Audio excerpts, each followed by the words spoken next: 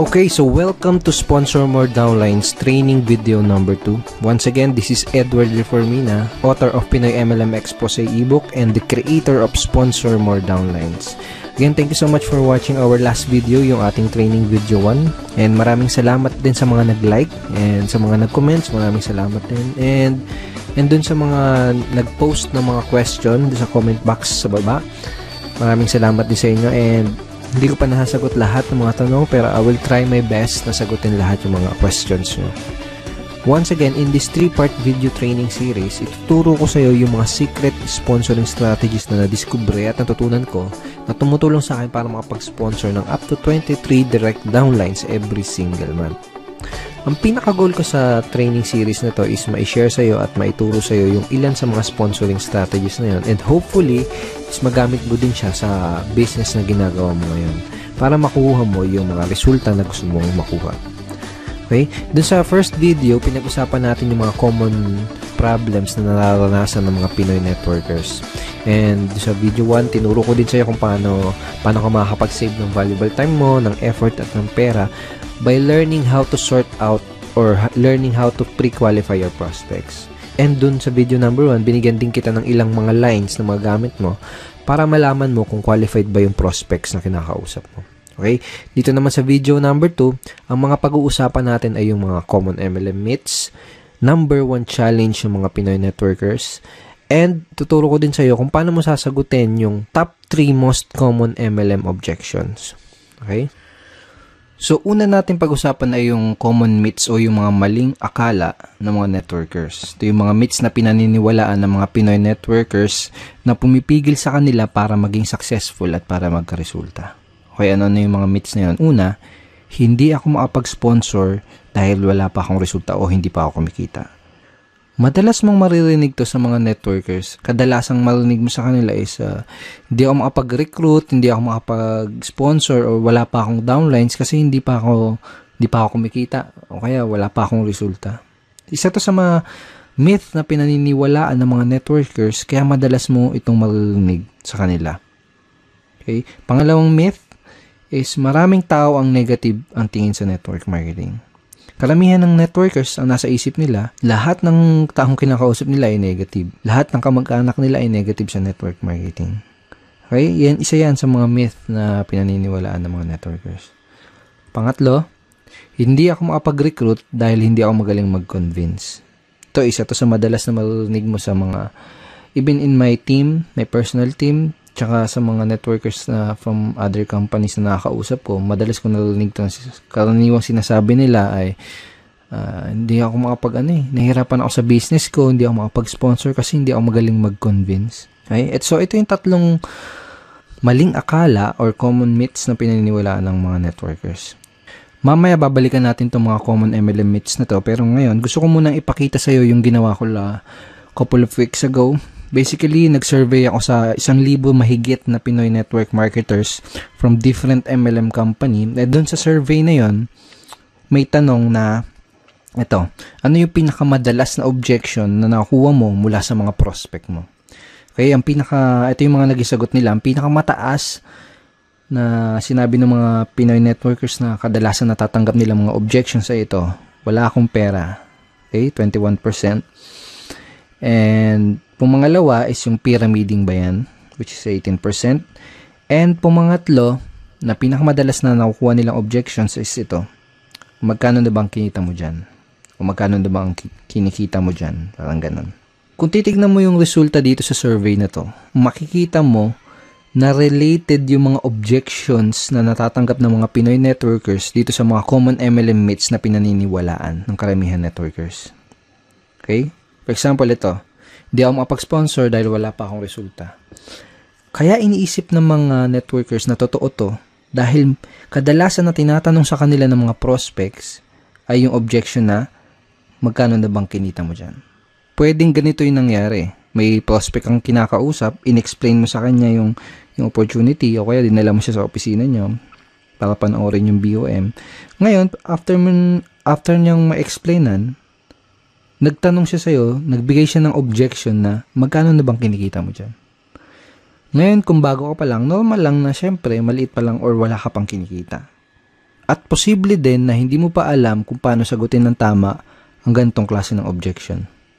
Ngayon, kung hindi siya sumali, ang magiging thinking mo ngayon, ang papasok ngayon sa isip mo, ay hindi siya sumali kasi hindi pa ako kumikita. Ay hindi siya sumali kasi maliit pa lang yung kinikita ko. Ay hindi siya sumali kasi wala pa akong resulta. Okay na gets mo? Yung pangalawa, tingnan natin. Maraming tao ang negative ang tingin sa network marketing. Posible din na may prospect ang kinakausap na explainan mo na siya. And then, nagbigay siya ng objection na pyramiding ba yan? Ngayon, kung hindi mo alam sagutin ng tama tong objection na yan, hindi mo siya mapapasali. Ngayon, ang thinking mo ngayon, ang iniisip mo ngayon, naku, ang daming negative sa network marketing. Lahat ng kinakausap mo negative sa network marketing. Pero ang totoo, hindi mo lang alam sagutin yung objection na yun ng tama. Pangatlo, itong wala akong pera. See, dito sa Common MLM Meets, hindi ako mapag-recruit dahil hindi ako magaling mag-convince. Possible na may prospect ang kausap, sinabi niya na wala akong pera, maganda yung opportunity, wala akong pera. Ngayon, dahil wala siyang pera, hindi mo siya napasali. Posibleng pumasok sa isip mo na hindi ko siya napasali kasi hindi ako magaling mag-convince. Ganun. So, related itong mga common MLM objections na to doon sa common MLM myths na pinaniniwalaan ng mga networkers. Ibig sabihin, walang katotohanan itong mga paniniwala na to, itong mga myths na to, kaya nga myth, di ba? Dulot lang to ng mga objections na madalas itanong sa ating mga networkers. Okay? Itong mga myths na to, dulot lang yan ng mga objections na hindi alam sagutin ng tama. Kung isa ka sa mga networkers na dating naniniwala dito sa mga yan, I'm here to tell you na walang katotohanan ng mga yan. Ang kailangan mo lang gawin ay alamin kung paano sasagutin yung mga objections na nagdudulot nitong mga maling paniniwala na to. Number 1 challenge ng mga networkers ay yung mga prospect objections. So, sa mga challenge nila ay yung mga objections na binabato at binibigay sa kanila ng mga prospects na kinakausap nila. Dahil sa mga objection na yun, kadalasan nagkakaroon sila ng maling paniniwala, nagkakaroon sila ng maling beliefs about sa network marketing business nila. Ang solusyon para ma-solve yung challenge na yun is to master handling objections. So, bakit ba natin kailangan ma-master ang pag-handle ng mga objections? Kung gusto mo talagang ma-master ang pag-sponsor o pag-recruit, kailangan mong ma-master ang pag-handle ng lahat ng mga common MLM objections. Period. Napakadaming networkers kasi ang nag-fail dahil hindi nila alam kung paano mag-handle ng mga common objections. At ang masama pa, madaming mga networkers ang walang idea kung paano i-handle ang mga objections ng kanilang prospects. Ganito kasi yan, kahit gaano pa kaganda ang pag-present mo ng business mo, okay, kahit gaano pa kaganda yung pag-present mo ng product mo, lahat ng prospect, kahit interesado na yan, sigurado ay may katanungan at objections pa din yan bago siya magkaroon ng final na decision. Normal lang kasi talaga yon. Pero itong masakit. Kapag hindi mo nasagot ng tama ang mga questions at objections ng mga prospects mo, hindi mo pa din sila mapapasali. Tanungin kita, nangyari na ba sa iyo yung may prospect ang kausap, tapos sigurado ka na sasali siya, okay, pero hindi naman nag-join pagkatapos mo ma-explainan? Usually, nangyayari yung ganun dahil sa mga objection na hindi nasasagot ng tama. Ito yung mga dahilan kung bakit kailangan mong ma-master ang pagsagot sa lahat ng mga common MLM objections. So, ang goal ko sa video na to is tulungan ka at ituro sa'yo kung paano mo sasagutin itong top 3 common MLM objections. Itong pinag-usapan natin kanina, itong result dun sa sa survey na ginawa ko sa mahigit 1,000 networkers na pinakamadalas na natatanggap nilang objections. Itong wala akong pera, pyramiding ba yan, at magkano na bang kinikita mo? Or magkano na bang kinita mo? I created a training ebook for my team, and ang title ng ebook na yan is Objection Crusher. Paano mo dudurugin yung mga objection na matatanggap mo? Parang ganun yung konsepto. So basically, ipapakita ko sa iyo yung mga tinuro ko dito sa loob ng ebook na to kung paano sasagutin itong top 3 common MLM objections na to. Okay, ngayon andito tayo ngayon sa loob ng mismong Objection Crusher training ebook. So ito yung mismong loob ng ebook. And ito yung listahan ng mga common MLM objections na itinuro ko kung paano sagutin ng tama dito sa ebook na to.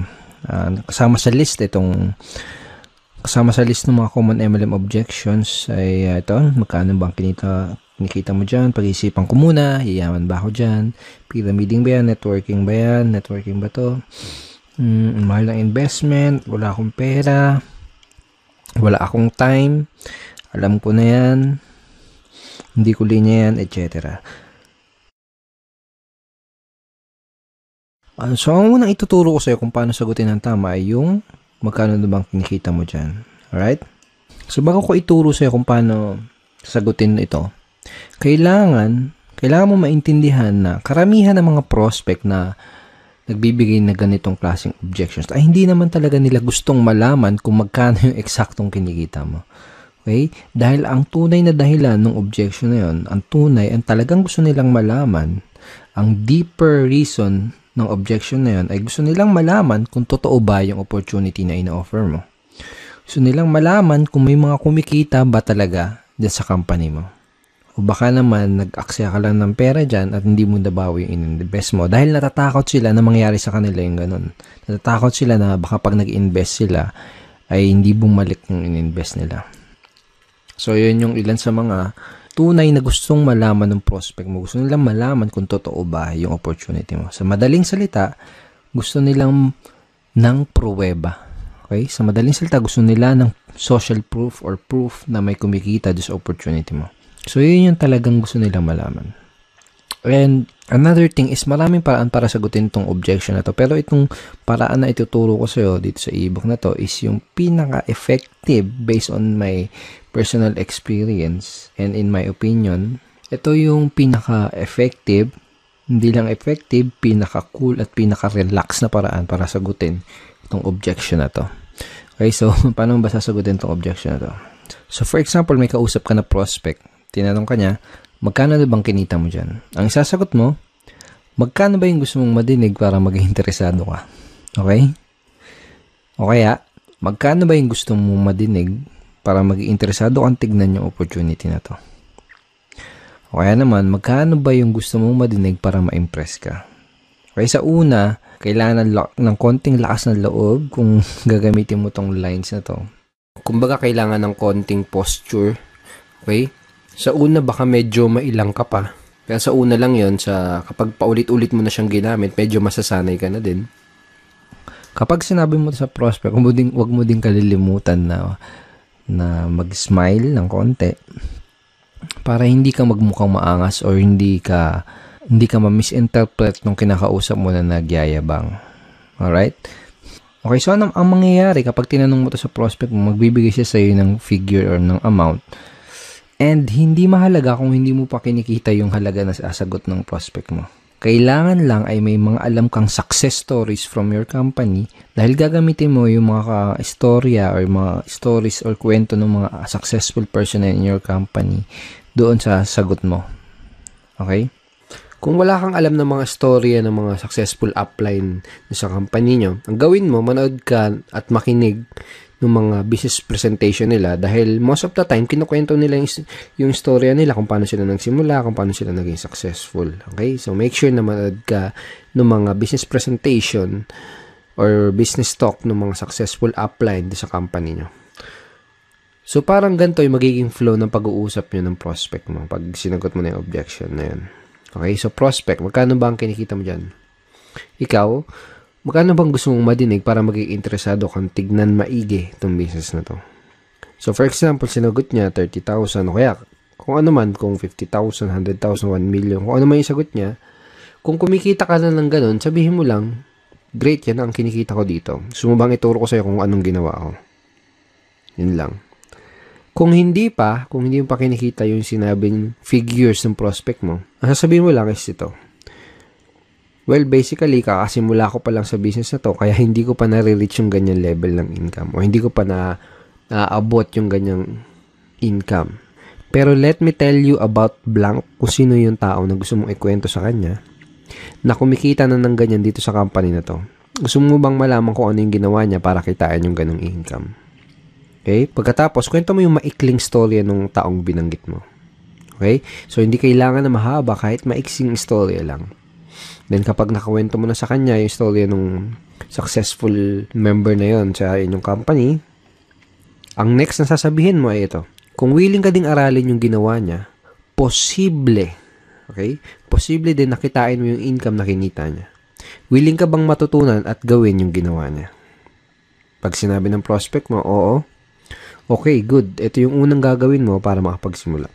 Okay? So, hindi mo lang nasagot yung objection, possible pa na maklose mo siya doon sa business mo. These lines are very, very powerful. So, use this kapag may na-encounter ka na ganitong objection. Magkano na bang kinikita mo dyan? Okay? And again, sinabi mo dun sa prospect mo na possible. Posible din nakitain niya. Ibig sabihin, hindi mo ginagaranti. Okay?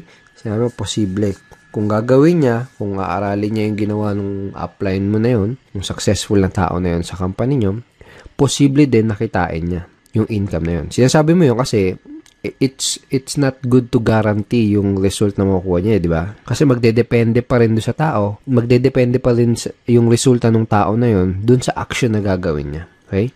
And last tip, maganda rin na idea kung ipapakilala mo siya doon sa mga successful and higher uplines doon sa team nyo or sa company nyo. Okay? Para mas tumibay yung social proof. Okay? Again, kasi kaya nga tinatanong to ng prospect mo kasi medyo may duda siya kung totoo ba yung opportunity na ginagawa mo.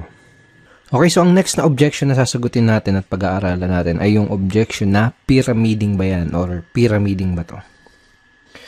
Okay, so pag may nag-object sa'yo ng objection na to, pag may nagtanong sa'yo, pyramiding ba to? Ang sasagot mo ay ito. Yes, pyramiding to and welcome to Egypt. So yan. Hindi, biro lang. So, madami din paraan para sagutin tong objection na to. Pero itong ituturo ko sa iyo, yung isa sa pinakamadali, lalo na kung nagsisimula ka pa lang, and pinaka-enjoyable na paraan kung paano sagutin tong objection na to. So, for example, sabi sa'yo ng prospect mo is, pyramiding ba to? Tinanong niya. Sasagutin mo din siya ng tanong. Okay? Isa sa mga natutunan ko is, one of the best way to answer objections is to answer it with questions. Kumbaga, tanungin mo yung tanong nila. Okay? So, for example, in this objection, tinanong niya, pyramiding ba to? Tatanungin mo, anong ibig mo sabihin? Yung mga illegal? Okay? So, medyo ganun yung tono dapat. Parang patanong. Anong ibig sabihin mo? Yung mga illegal? Pag sinabi ng prospect na, ano yun? Yung tipong nangangako na mag-i-invest ka lang tapos dodoble yung pera mo kahit wala kang gawin? Sabihin ng prospect mo, Then, sabihin mo, yung mag-i-invest ka lang ng pera tapos wala kang makukuha ng produkto. Basta sabi nila, kikita lang yung pera mo. Sabihin ng prospect mo, Then, itatanong mo sa kanya, ganun ba yung hinahanap mo? Ganun ba ang hinahanap mo? Natural, isasagot ng prospect is hindi. Okay? Pag sinabi niyang hindi, ito yung sasabihin mo, okay, that's good dahil kabaligtaran ito nun. So, in that way, ipinaalam mo sa kanya, kumbaga dito sa paraan na to ng pagsagot dito sa objection na to is parang dinefine mo kung ano yung pyramiding. At sinabi mo sa kanya na yung business mo, yung opportunity mo, is kabaligtaran nung definition na yun ng pyramiding. Of course, I'm assuming and dapat napakita mo na din sa kanya yung mga legal documents na magpapatunay na legal nga yung company nyo. Pero kaya ako tinuro sa iyo yung ganitong paraan is mostly kasi ng mga prospect mo na magbibigay ng gantong klase ng objections ay yung mga tao na hindi educated or walang idea sa difference o pagkakaiba ng pyramiding kumpara sa legitimate network marketing opportunity. So, mas magkakaroon ng sense sa kanila yung ganitong simpleng conversation lang. Okay, so use this simple objection handling script next time na may prospect na magtatanong sa'yo ng pyramiding ba to or pyramiding ba yan. Now, ang susunod na objection ay yung wala akong pera. Ang unang kailangan mong maintindihan ay may dalawang klase ng prospect na nagsasabi ng gantong klaseng objection. Yung isa ay yung wala talagang pera at yung isa naman ay yung mga nagpapalusot lang. Okay? So, let me share you. Dati, nung nagsisimula pa lang ako sa network marketing, is madalas ko natatanggap tong objection na to. Pero ngayon, never. As in, never ko na siya natatanggap. Dahil remembers dun sa training video number 1 natin, chinare ko sa'yo, At sinabi ko sa iyo na kina-qualify o sinasort out ko maigi yung prospect ko bago ko ipakita sa kanya yung business presentation ko. Kumbaga, kung wala silang sapat na reason why, hindi ako mag-aaksaya ng panahon para ipakita pa sa kanila yung business dahil alam ko na mag-aaksaya lang ako ng oras at alam ko na magpapalusot lang sila. So, kung may nagbigay sa iyo ng ganitong klase ng objection, ang unang kailangan mong malaman is kailangan malaman mo kung nagsasabi ba sila ng totoo o kung nagpapalusot lang ba sila. So, paano mo malalaman yun? Tatanungin mo sila. Okay, tatanungin mo sila kung totoo ba na wala silang pera. So, paano mo gagawin yun? Ganito, simple lang. Pag sinabi ng prospect na wala silang pera, tatanungin mo sila, pwede bang magtanong? Tanong mo, okay lang ba sa'yo kung magtapatan tayo sa isa't isa? Ibig mo bang sabihin ay interesado ka sa business na to pero wala ka lang pera? O sinasabi mo lang na wala kang pera dahil mabait ka lang na tao at ayaw mo kung ma-offend kaya hindi mo kagad masabi na hindi ka interesado? Okay? So make sure to smile again. Kapag sinabi nila na hindi talaga sila interesado, just let them go. That person is not right for your business. Pwede mong sabihin na I understand, hindi naman kasi talaga para sa lahat ng business na to. Ang hinahanap lang namin ay interesado at yung talagang pwedeng matulungan na opportunity na to. And thank you for your time. Ganun lang. Be professional. Okay? Hindi mo kailangan ipagpilitan yung opportunity mo dahil network marketing is a sorting business. Okay? Naghahanap lang tayo ng mga tao na magiging interested dun sa ino-offer natin. Alright? So, for example, kung sinabi naman ng prospect na interesado talaga siya pero wala lang talaga siyang pera, ganito yung pwede mo sabihin sa kanya. Okay, so ganito. Unang gagawin mo is makikisimpatya ka or makikisimpatize ka dun sa situation ng prospect mo. Parang ganito. Naintindihan ko yung sitwasyon mo. Nung una ko nakita tong business na to, ganyan din yung sitwasyon ko at ganyan din yung sinabi ko.